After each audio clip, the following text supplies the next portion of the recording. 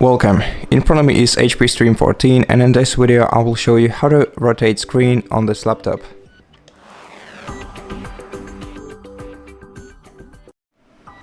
So to do that, open the start menu, then go to settings, then in settings select system, go to display settings, then scroll down to the display orientation, expand this list next to display orientation setting, and select one of the options, the one that fits the most to your needs. So for example, let's select portrait, and then you'll have 15 seconds to either keep changes or revert them. And if you don't do anything within this 15 seconds, the changes will be reverted. So let's keep them. And now let me show you how to change the orientation back again. So expand this list and select landscape, and then select keep changes to confirm.